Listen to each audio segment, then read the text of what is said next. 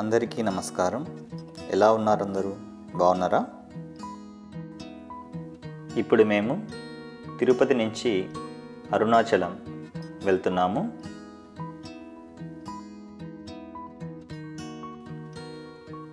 ఈ మధ్యకాలంలో నా స్నేహితులు, బంధువులు ఎక్కువ మంది దర్శించిన ఆధ్యాత్మిక ప్రాంతం అరుణాచలం.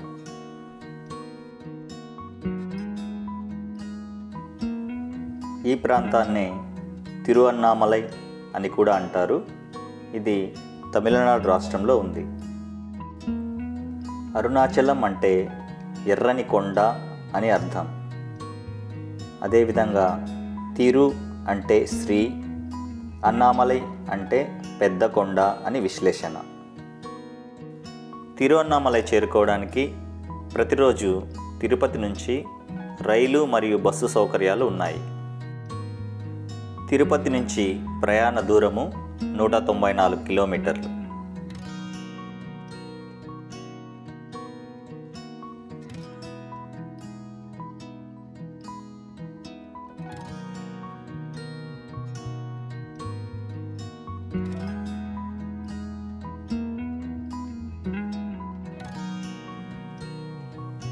ఇది తిరుపతి బెంగళూరు హైవే. ప్రయాణం చాలా సౌకర్యంగా ఉంటుంది.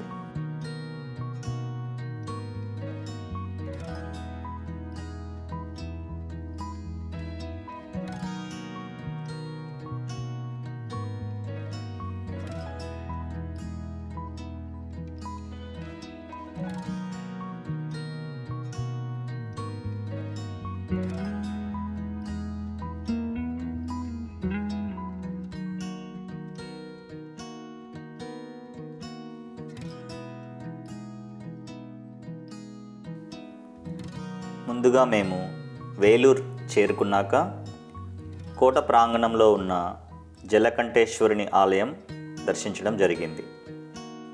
కోట మరియు ఆలయం 16వ శతాబ్దంలో విజయనగర సామ్రాజ్య రాజుల చేత నిర్మించబడిందని చెప్తున్నారు. మేము వెళ్ళేసరికి టెంపుల్ క్లోజ్ చేస్తున్నారు. ఆ లోపల మేము లంచ్ కంప్లీట్ చేశాము.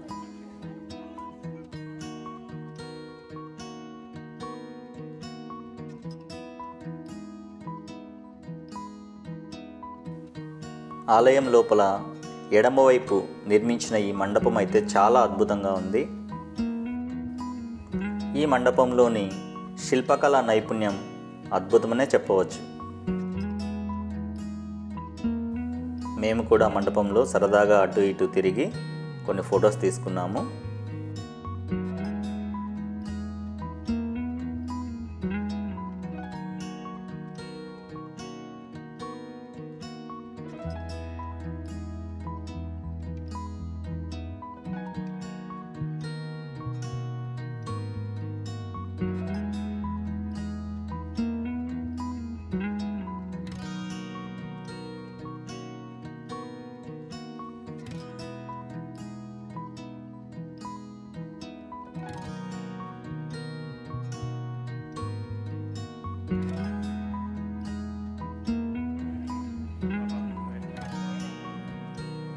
తర్వాత జలకంఠేశ్వర స్వామిని దర్శించుకొని బయటికి వచ్చాము. తర్వాత అక్కడే స్వామివారికి స్వయంగా మన చేతులతో జలాభిషేకం చేసే అవకాశం కూడా ఉంటుంది. దీనికి మనం 20 రూపాయలు చెల్లించాలి.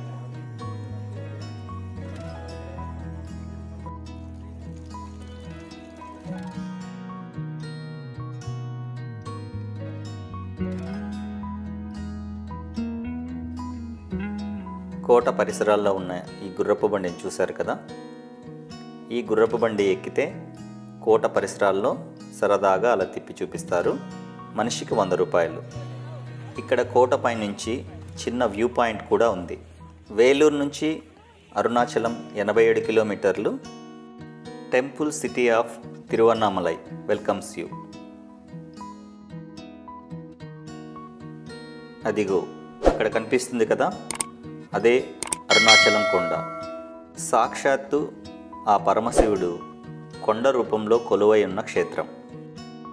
కొండను చూడగానే ఆధ్యాత్మికంగా మంచి భావన ఏర్పడింది. అరుణాచలంలో విశేషంగా చెప్పుకోవాల్సింది గిరి ప్రదక్షిణ గురించి. ఈ ప్రదక్షిణ మొత్తం 14 కిలోమీటర్లు సాగుతుందండి. ఫైనల్లీ మేమైతే తిరువన్నామలై వచ్చేసాము.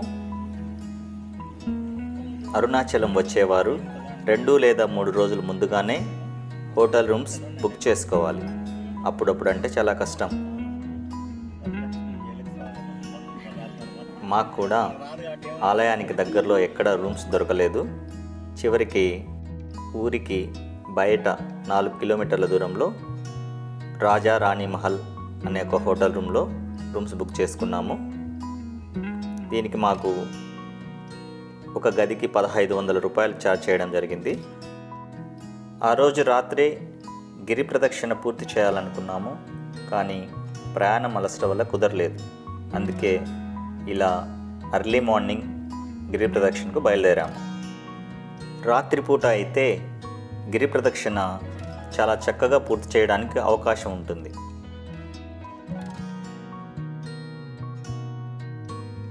గిరి ప్రదక్షిణ చేయాలనుకునేవారు ముందుగా ఆలయం యొక్క రాజగోపురం దగ్గరకు చేరుకొని అక్కడ కర్పూరం వెలిగించి మనసులో అరుణాచలేశ్వర స్వామిని స్మరించుకొని గిరి ప్రదక్షిణకు బయలుదేరాలి.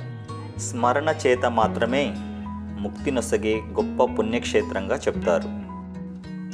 ఈ అరుణాచలం పరమేశ్వరుని జ్యోతిర్లింగ స్వరూపం కావటం వలన దీని చుట్టూ ప్రదక్షిణ చేయటం సాక్షాత్తు శివునికి ప్రదక్షిణ చేయటం అని భక్తుల విశ్వాసం. గిరి ప్రదక్షిణలో ముఖ్యమైన విషయం అష్టలింగాలను దర్శించుకుంటూ ప్రదక్షిణ చేయటం. కానీ మేము అరుణాచలం వెళ్ళినప్పుడు ఏవో కొన్ని అనివార్య కారణాల వల్ల లింగాలన్నీ మూసివేయబడి ఉన్నాయి. దారి మధ్యలో ఇలాంటి మ్యాప్స్ ఏర్పాటు చేయడం జరిగింది. వాటిని చూసి మనము ఏ ప్లేస్లో ఉన్నామో తెలుసుకోవచ్చు.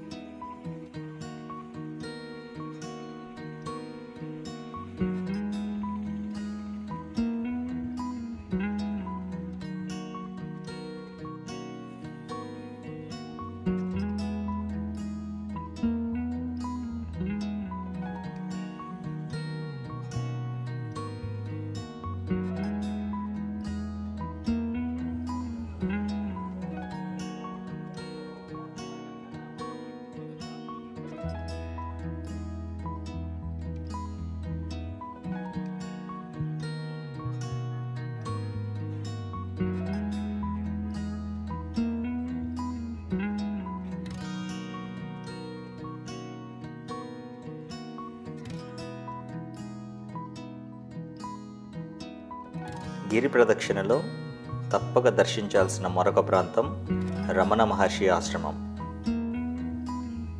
ఈ ఆశ్రమంలో స్థానికుల కంటే విదేశీయులే ఎక్కువ మంది కనిపిస్తారు. ఆశ్రమాన్ని దర్శించేవారు మౌనం పాటించాల్సి ఉంటుంది. ఈ ఆశ్రమంలో మనకు గోవులు, నెమళ్ళు అడుగడుగునా కనిపిస్తూ ఉంటాయి. సాయంత్రం వేళల్లో రమణ మహర్షి ఆలయంలో చేసేటువంటి ప్రార్థనలు చాలా బాగుంటాయి. ఆశ్రమంలో రమణ మహర్షి వారి సమాధిని దర్శించవచ్చు. అలాగే రమణ మహర్షుల వారు తపస్సు చేసిన విరూపాక్ష గుహను కూడా దర్శించవచ్చు. ఈ ఆశ్రమం ప్రకృతికి చాలా దగ్గరగా ఉంటుంది. దీనిని దర్శించడం గొప్ప అనుభూతి అని చెప్పవచ్చు. ఈ ప్రదక్షిణ చేసేవారు ఎలాంటి పాదరక్షలు ధరించరాదు. కాస్త ఇబ్బంది పడేవారు సాక్సులు ధరిస్తున్నారు. ఎటువంటి బరువైన వస్తువులు ప్రదక్షిణ చేసేటప్పుడు తీసుకెళ్లరాదు. గిరి ప్రదక్షిణ చేయడానికి అనుకూలమైన సమయం రాత్రిపూట. ఉదయం అయితే 9 లోపు ముగించడం మంచిది.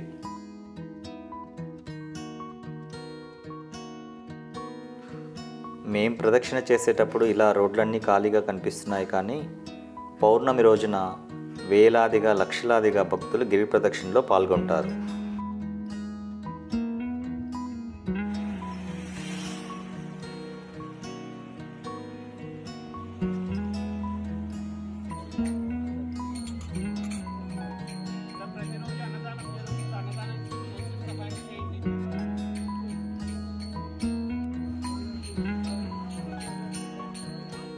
దారి మధ్యలో హెర్బల్ టీ ఉచితంగా ఇవ్వడం జరిగింది. అన్నదాన కార్యక్రమానికి మనకు తోచిన సహాయం చేయొచ్చు.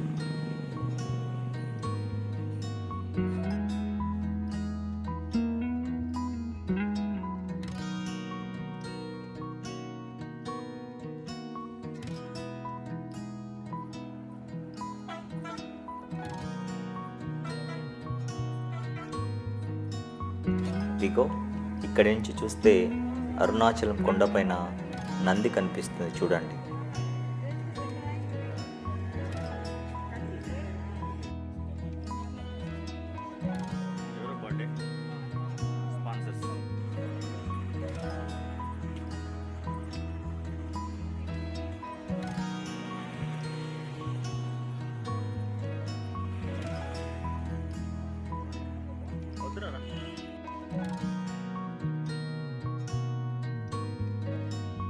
కుటుంబ సభ్యులతో, స్నేహితులతో మరియు పిల్లలతో సరదాగా గిరి ప్రదక్షిణ చేయడం గొప్ప అనుభూతిగా మిగులుతుంది. గిరి ప్రదక్షిణ కేవలం మనకు ఎడమ వైపున మాత్రమే చేయాలి. ఎందుకంటే కుడివైపు దేవతలు, సిద్ధులు అదృశ్య రూపంలో గిరికి ప్రదక్షిణ చేస్తుంటారు. కాబట్టి మనం వారికి ఎదురుగా వెళ్ళకూడదు. గిరి ప్రదక్షిణకు వెళ్ళేవారు కొంచెం చిల్లర వెంట పెట్టుకుని వెళ్ళండి. సాధువులు ఎంతోమంది ఆ ప్రదక్షిణలో ఉంటారు కాబట్టి వారికి తోచిన సహాయం చేయవచ్చు. గిరి ప్రదక్షిణలో నడవలేని వృద్ధులు, చిన్నపిల్లలు ఆటోలు మరియు ఇతర వాహనాల్లో కూడా గిరి ప్రదక్షిణ చేయవచ్చు. దానికి దాదాపుగా 300 నుంచి 400 వరకు ఛార్జ్ చేస్తారు. గిరి ప్రదక్షిణకు దాదాపుగా 4 నుంచి 5 గంటలు పడుతుంది. మేము 10 కిలోమీటర్లు నడిచేసరికి ఎండ బాగా పెరిగింది. చెప్పులు లేవు కాబట్టి చాలా ఇబ్బంది పడాల్సి వచ్చింది. కాబట్టి సాయంత్రం వేళలు, రాత్రిపూట అయితే గిరి ప్రదక్షిణకు అత్యంత అనుకూలమైన సమయం.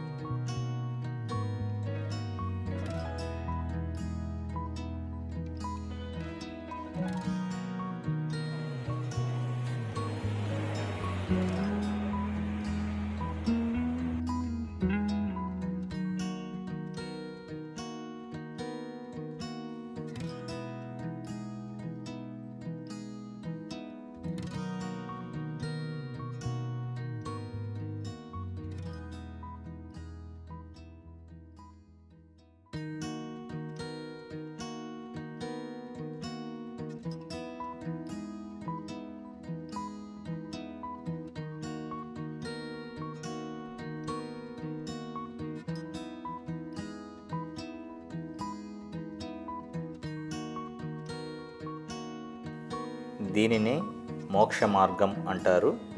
ఒక ఇరుకైన మార్గం నుంచి భక్తులు దూరి ఇటువైపుకు వస్తారు.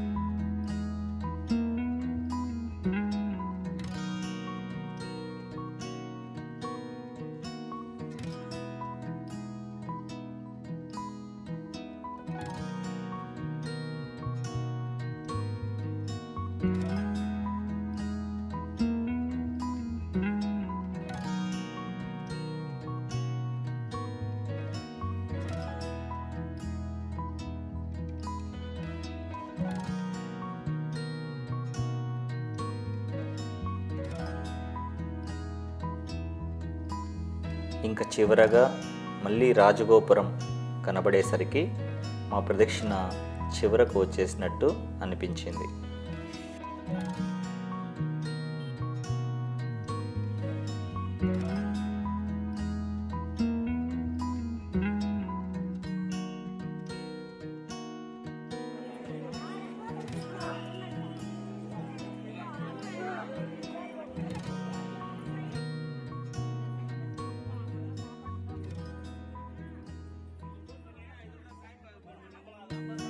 ఆలయంలోకి వెళ్ళిన తర్వాత మామూలు దర్శనం ఒకటి, 50 రూపీస్ దర్శనం ఒకటి ఉంటాయి. గిరి ప్రదక్షిణ చేసిన వాళ్ళు 50 రూపీస్ దర్శనానికి వెళ్తే త్వరగా దర్శనం ముగించుకొని బయటికి రావచ్చు. ఆలయ ప్రాంగణం చాలా విశాలంగా ఉంటుంది. మామూలు దర్శనం అయితే చాలా సమయం పడుతుంది.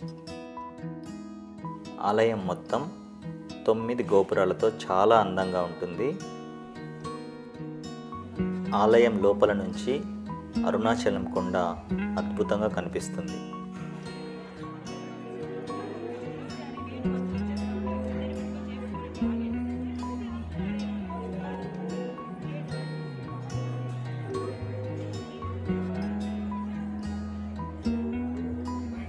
అవండి అరుణాచలం విశేషాలు. మీరు కూడా అరుణాచలం తప్పక దర్శించండి. రమణ మహర్షి ఆశ్రమం, స్కందాశ్రమం, మిగతా విశేషాలన్నిటినీ చూసి గొప్ప ఆధ్యాత్మిక అనుభూతిని పొందండి.